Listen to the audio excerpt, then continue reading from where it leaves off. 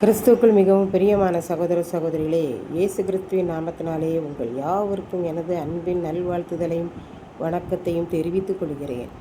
இன்றைய பகலின் குளிர்ச்சியான நாளின் தியான வசனம் யோவான் எழுதின சுவிசேஷம் 16ஆம் அதிகாரம் 32ஆம் வசனம். என்னை தனியே விட்டுவிடும் காலம் வரும், அது இப்பொழுது வந்திருக்கிறது.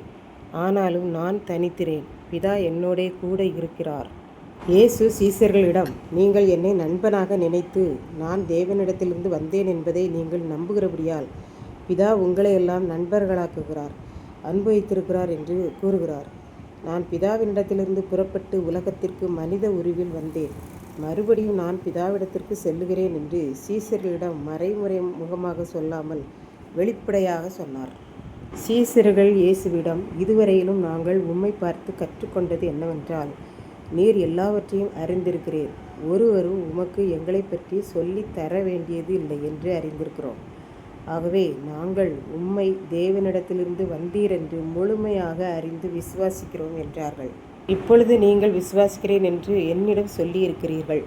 இந்த உலகத்தில் உங்களுக்கு நிறைய பாடுகள், கஷ்டங்கள், மற்றவர்கள் உங்களை துன்புறுத்துதல் எல்லாம் நிறைய உண்டு. அதை பார்த்து அனுபவித்து மனதை சோர்வடையாமல் பார்த்து கொள்ளுங்கள். என்மேல் விசுவாசம் வைத்து பலனடையுங்கள். ஏனென்றால் நான் மனிதனாக வந்து நிறைய பாடுகள் அனுபவித்து இந்த உலகத்தை வென்றேன். நீங்கள் என்னைப் போல வெற்றி அடைவீர்கள் என்று இயேசு கூறினார். நீங்கள் இன்னும் கொஞ்ச நாளிலே சிதறடிக்கப்பட்டு அவனவன் வேறு வேறு இடங்களுக்கு போய் என்னை மட்டும் தனியே விட்டு விடுகிற காலம் சமீபமாய் வந்துவிட்டது.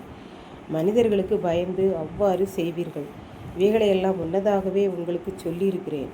நீங்கள் என்னை தனியே விட்டுவிடலாம், ஆனால் என் பிதாவாகிய தேவன் எப்போதும் என்னுடனே கூட இருக்கிறார். ஆகையால் நான் தனித்திரேன் என்று இயேசு சீசர்களிடம் கூறினார். இப்படித்தான் ஒரு ஊழியர் இருந்தார். அவர் கன்வென்ஷன் கூட்டத்தில் 3 நாட்கள் பிரசங்கம் பண்ணுவதற்காக ஒரு ஊருக்கு சென்றார். ஒவ்வொரு நாளும் பிரசங்கம் பண்ணி கூட்டத்தை முடித்துவிட்டு எல்லாருடைய தலையிலும் கைகளை வைத்து ஜெபிக்க இரா முழுவதும் 10 மணிக்கு மேல் ஆகிவிடும். அதன் பின்புதான் அவர் ஓய்வெடுக்கச் செல்வார். 3ஆம் நாள் கூட்டம் முடிந்து அதை போல ஜெபித்தார். அநேக வியாதிகள் மறைந்தது, பிசாசுகள் ஓடின. இவ்வாறு ஒருவர் தலையில் கை வைத்து ஜெபம் பண்ணி முடிக்கவும் அவர் சொன்னார், ஐயா, எங்கள் வீட்டிற்கு வந்து தயவு செய்து ஜெபிக்க வாருங்கள் என்றார். ஊழியரும் ஜெபித்து முடித்தவுடன் வருகிறேன் என்று கூறினார். அவ்வாறே அவரை கூட்டிக் கொண்டு தன் வீட்டிற்கு ஜெபிக்கும்படி சென்றார். அவர் போனதும் இந்த ஊழியர் சோபாவில் உட்கார்ந்தார். மேலே பார்த்தார், கீழே பார்த்தார். அங்கே ஒரு அம்மாவின் புகைப்படம் மாட்டியிருந்தது. அந்த மாதிரி பிரம்மாண்டமான வீட்டை அவர் பார்த்ததே இல்லை. கொஞ்ச நேரம் கழித்து வீட்டிற்குள் சென்று சொந்தக்காரரே கையில் டீயோடு வந்தார். ஊழியர் கேட்டார், ஐயா, வீட்டில் யாரும் இல்லையா? நீங்கள் தான் டீ கொண்டு வரீங்க அப்படி சொல்லி கேட்டார். அதற்கு அவர் சொன்னார், என் மனைவி அதோ புகைப்படத்திலே இருக்கிறாள். ஆகவே நான் இப்போது தனியாக இல்லை ஐயா, நானும் இயேசுவும் ஒன்றாக சேர்ந்து இருக்கிறோம்.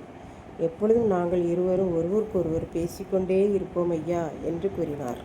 இதை கேட்டுக்கொண்டிருக்கும் எனக்கன்பானவர்களே, ஒருவேளை நம்மை மனிதர்கள், சொந்தக்காரர்கள், உடன்பிறப்புகள் எல்லாரும் கைவிடலாம்.